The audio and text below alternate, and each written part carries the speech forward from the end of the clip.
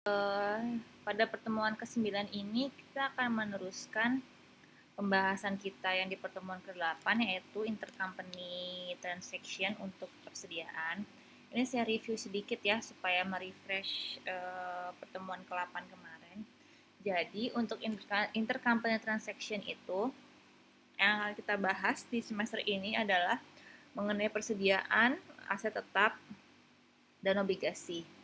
Nah, untuk yang intinya adalah di dalam intercompany transaction ini itu akan ada istilah downstream sama upstream ya. Kalau downstream adalah down parent menjual ke subsidiary, kalau upstream itu adalah anak menjual ke parent ke induk.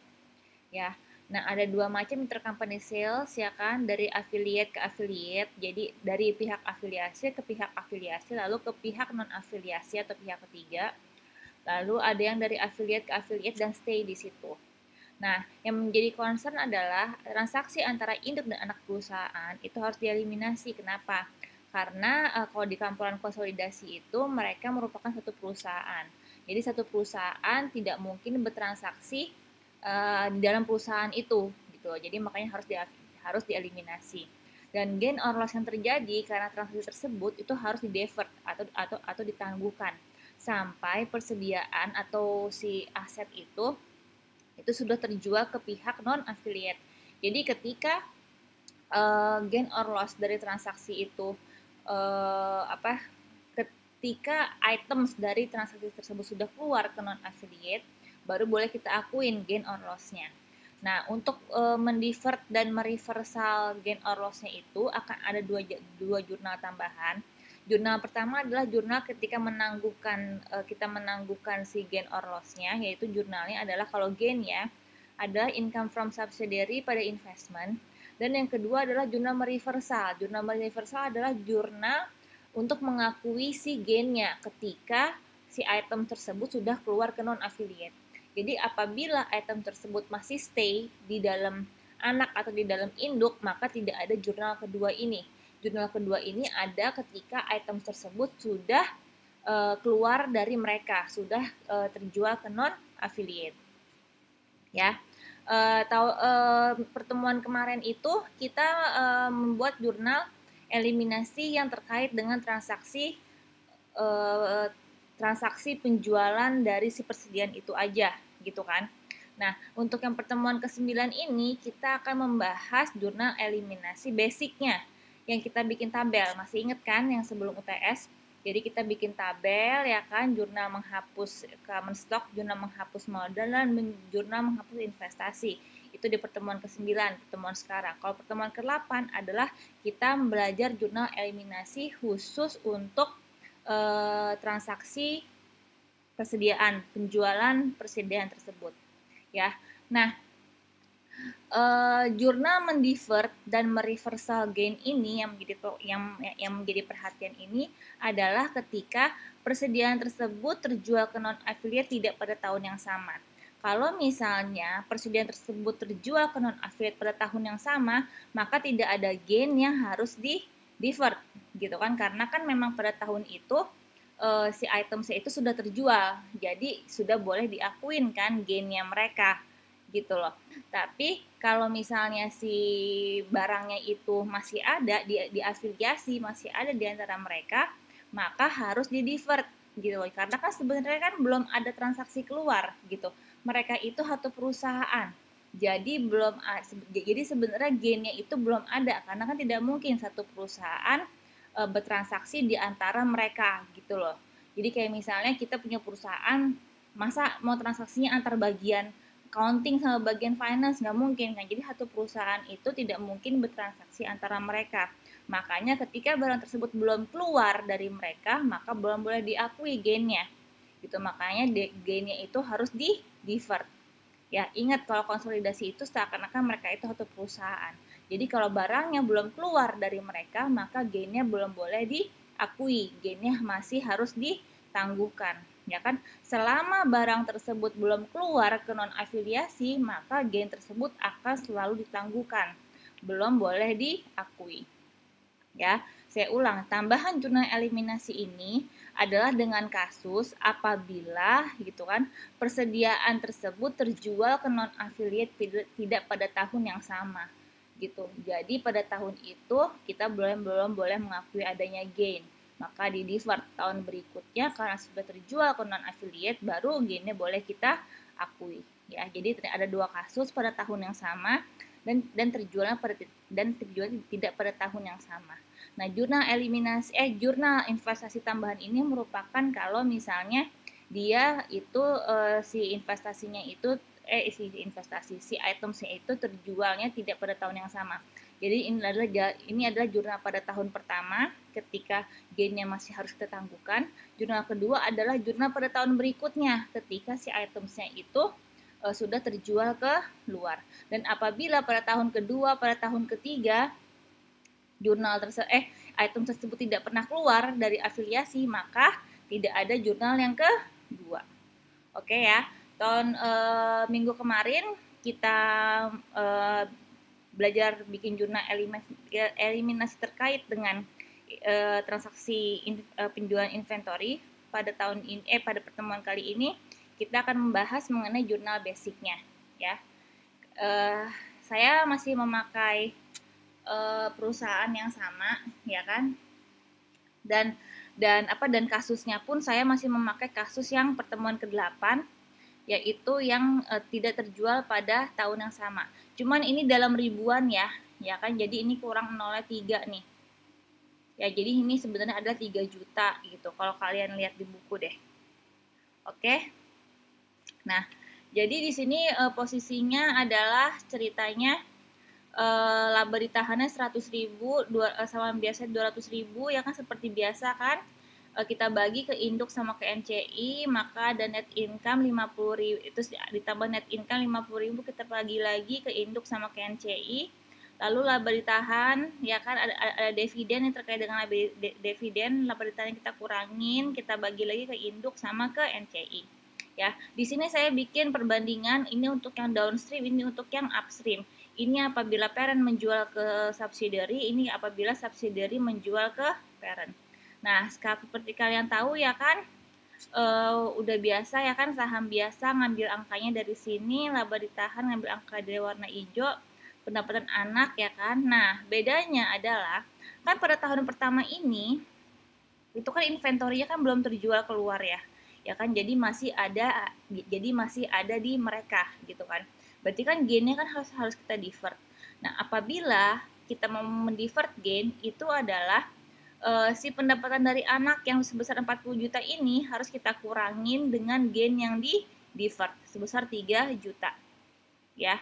Nah, 256 lawan yang sebelah kredit adalah kita harus mengurangi nilai investasi pada anaknya gitu. Di sini kan harusnya 256 ya kan, tapi kita kurangin dengan deferred gain sebesar 3 juta. Ini kalau downstream. Nah, kalau upstream itu kan dari anak ke parent. Ya kan? Dari anak ke parent. Jadi ada bagian ya kan. Jadi si anak ini ya kan, si anak kalau upstream kan dari anak ke parent. Berarti kan yang sudah mengakui adanya gain itu kan si anak kan. Sedangkan anak itu kan dipunyai oleh dua kan, oleh si induk sama oleh si non controlling interest ya kan.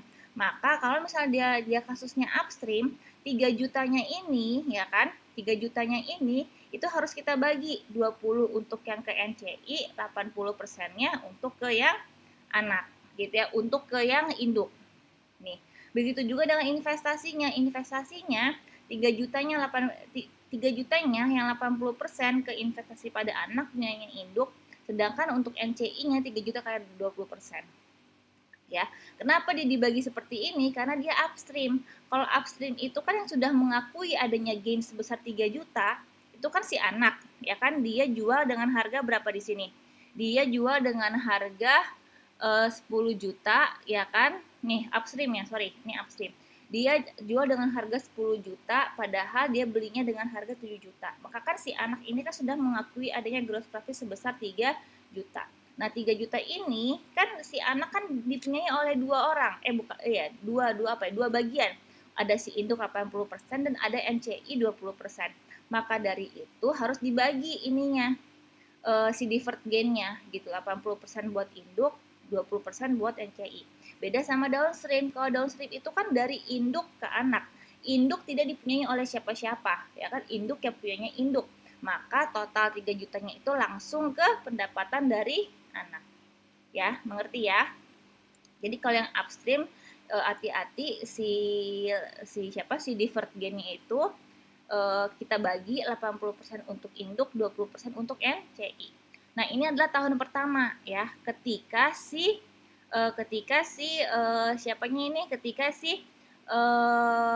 barangnya masih ada di mereka, ya kan? Kalau misalnya upstream maka masih ada di parent, kalau downstream maka barangnya masih ada di subsidiary.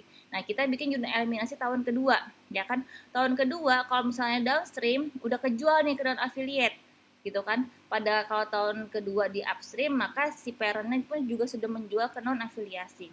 Maka pada tahun kedua gain yang di deferred boleh kita reversal, boleh kita akuin.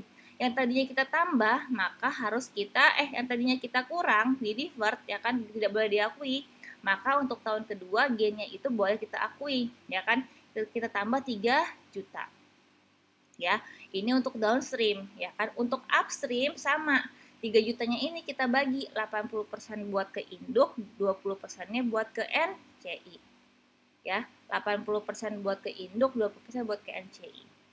Ya, setelah kita bikin jurnal eliminasi basic, ya kan, dasar nih untuk menghapus common stock dan investasi, maka kita bikin kertas kerja tahun pertama. Ya, di sini untuk kasus di sini tidak ada diferensial ya, karena kalau ada diferensial takutnya tambah susah, maka kita bikin kertas kerja tahun pertama. Tinggal kalian masukin aja, ya kan. Tapi ingat, yang kita masukin di eliminasi ini adalah 2 jurnal ya. Untuk tahun pertama berarti jurnal basic, ya kan, jalur jurnal ini, dan jurnal yang tahun pertama, yang ini. Ya. Dan ini kertas kerjanya itu saya pakai yang downstream. Ya, untuk yang upstream berarti sama aja. Kalau yang upstream bedanya adalah itu kalau di sini 37 juta, ya kan. Kalau yang upstream maka nanti di sininya nilainya nggak 37 juta tapi 37 juta 600, ya.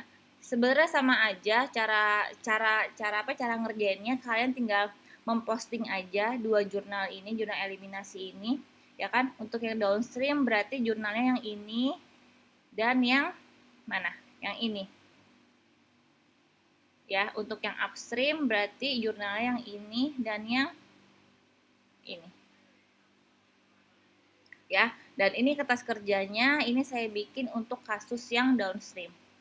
Ya, udah kita cek, dimasukin, udah bener semua ya, pendapatan anaknya sudah 0, ya kan, ininya sama kayak punyanya induk, seperti biasa kita cek, dan sudah balance. Dan untuk tahun kedua pun saya udah bikin kertas kerjanya, ya kan. Jurnal yang kita posting adalah jurnal tahun kedua, yang ini, yang untuk downstream, dan yang ini.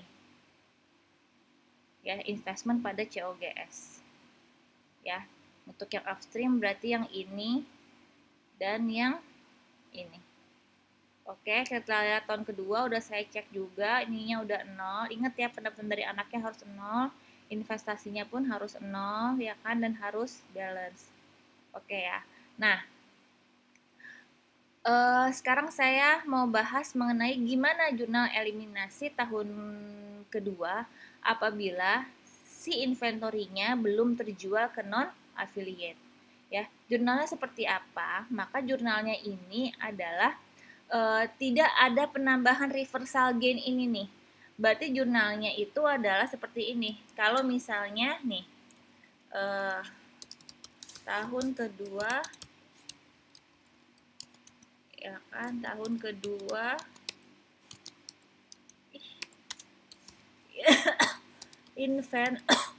inventory belum terjual, maka jurnalnya adalah, kan Kan berarti kan belum terjual ke non affiliate, berarti si gennya kan belum boleh diakui kan. Maka jurnalnya adalah seperti ini. Jadi intinya adalah di tahun kedua itu, kalau misalnya masih ada di kita, masih ada di non affiliate, itu tidak boleh, jangan ditambahin dulu karena kan belum terrealisasi, barangnya kan masih ada di mereka. Jadi gennya belum boleh diakuin, gitu intinya.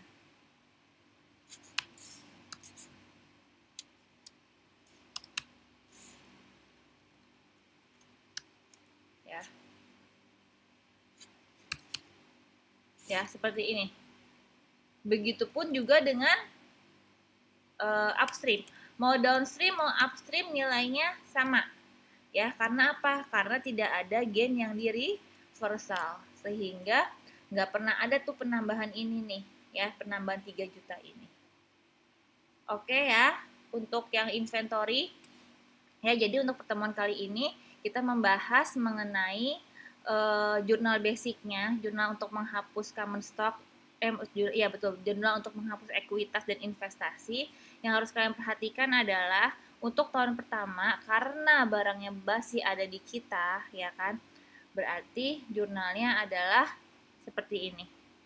Ya, kita kurangin sama gain yang kita divert. Ya, ini untuk upstream. Ini untuk downstream. Sedangkan untuk yang upstream, ya, kita bagi 80% induk, 20% NCI. Kenapa upstream itu kita bagi? Karena upstream itu kan dari anak ke parent, ya kan? Anak itu dipunyai oleh dua, oleh NCI dan oleh induk, sehingga gen yang diakui oleh mereka pun harus kita bagi. Ada yang ke anak, ada yang ke induk, ada yang ke NCI. Makanya kalau upstream itu harus kita bagi dua si divert gennya, ya. Ada yang ke induk, ada yang ke NCI. Nah, untuk tahun kedua, karena inventory sudah terjual ke non-afiliasi, maka gainnya sudah boleh kita akui. Kita tambah lagi nih gainnya nih. Tambah 3 juta, tambah 3 juta untuk yang downstream, dari parent ke anak. Sedangkan kalau upstream, dari anak ke parent, maka kita bagi. Ada yang untuk induk, ada yang untuk NCI. Nah, apabila si gainnya itu belum apabila si gainnya itu belum belum terrealisasi, belum terjual keluar, maka gainnya itu belum boleh kita reversal. Maka nilainya tetap di sini. Ya, karena barangnya masih ada di kita. Karena barangnya masih ada di pihak afiliasi, sehingga gainnya belum boleh kita akuin, jadi gainnya tidak ditambah. Oke. Paham ya? Oke. Nah, untuk kasus yang E68, untuk kasus yang E68 itu berarti untuk yang eliminasi ke X3 ya. Ini sebenarnya bisa buat PR kalian sih kalau kalian mau nyoba ya. Berarti untuk yang X3 ini kan dari 10.000 yang baru terjual ke non affiliate kan 7.000 ya kan. Berarti kan masih ada 3.000. Nah, nilai 3.000 ini kan yang belum boleh diakui nih kan, ya kan, gross profitnya kan. Maka yang di divert adalah nilainya adalah 36 juta.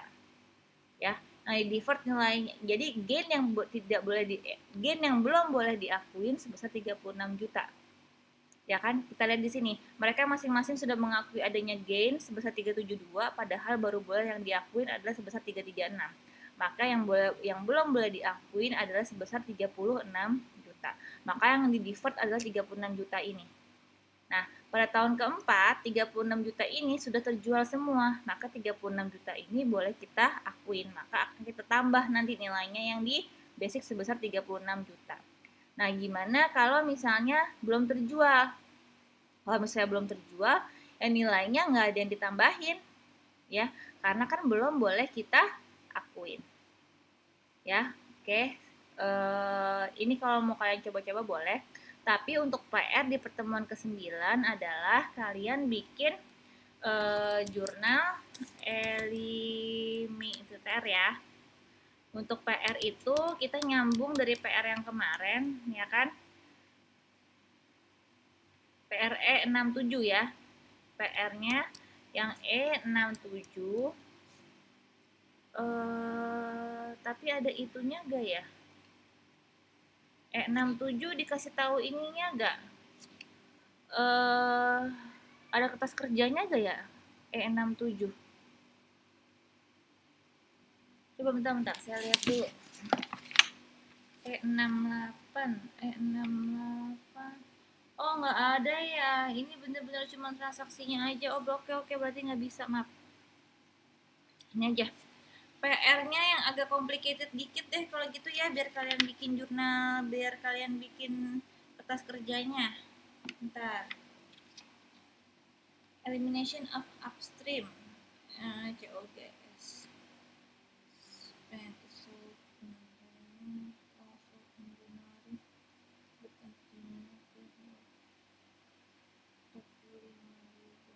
Oh, ini aja.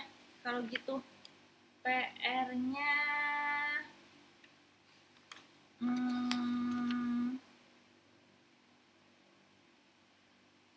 PR-nya P622. Ya, itu lengkap. P622. Untuk PR P622 ya. Sebenarnya ada lebih complicated lagi sih, tapi takutnya bingung nggak ya kalian? Bentar. Troll sold inventory costing to Bell. Bell result 80%. Troll lagi sold inventory costing to Bell. Result in additional Bell sold costing to Troll. Troll result atau enggak P nanti dulu. Kalau ini apa? Clean content purchase 60 from supplier from superior. Oke, in superior spend to produce which is sold to clean. Ini upstream juga. Ini clean had sold all visitor data but continue to purchase. Ini kasusnya upstream semua nih. Nah, P626 deh, sorry, P626 ya. Coba kalian kerjakan, nanti saya bikin pembahasannya. Oke, untuk pertemuan kali ini sekian. Nanti saya akan bikin pembahasan untuk PR-nya ya. Untuk PR yang E67 sama P626. Oke, sekian dari saya. Assalamualaikum warahmatullahi wabarakatuh.